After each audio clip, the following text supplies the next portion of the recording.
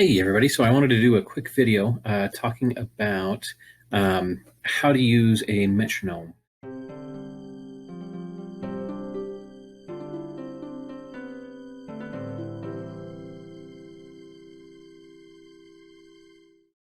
So I've got pulled up on my screen, I've got a little bit of a duet written by F. Matzes, and I've got on my other side of my screen, I've got a metronome app.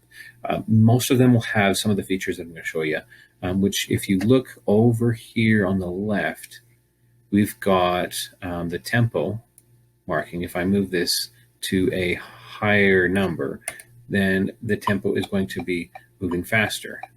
If I move it to a lower number, then the tempo is going to be moving slower. And we've also got this right here that shows which beat of the measure that we're on, which is really, really handy, especially in diagnosing issues when you've got your rhythms that aren't lining up properly. We'll talk about that in the next video.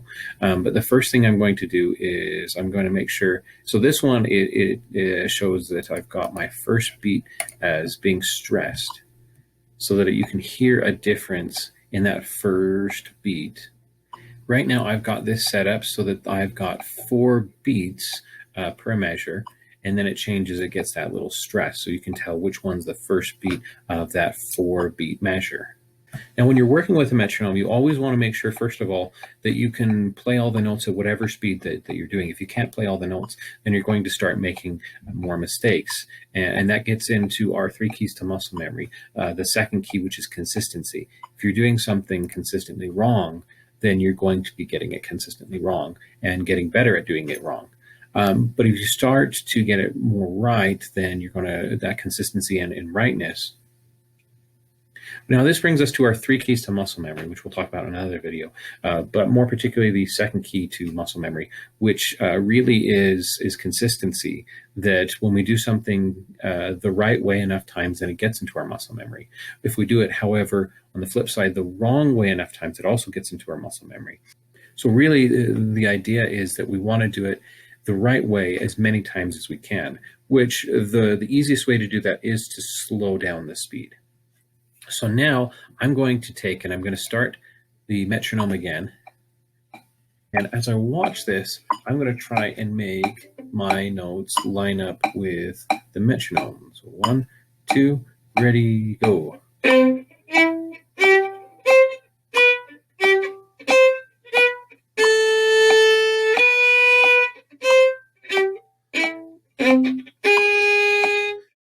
Now, as you can see, I was making my notes line up right on that, and that's because I practiced with the metronome enough.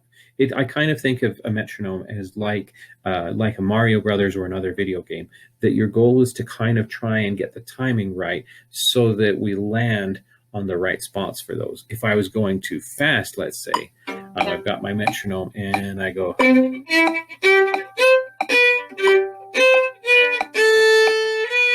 As you can see, I'm not lining up with the metronome. So that's part of the goal of the metronome, is to keep that steady beat.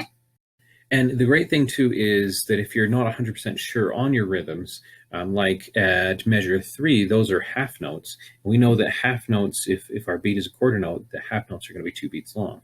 The other ones at the beginning are quarter notes, and that those are just 1 beat long. And you can start to diagnose some of the issues that you might have with this.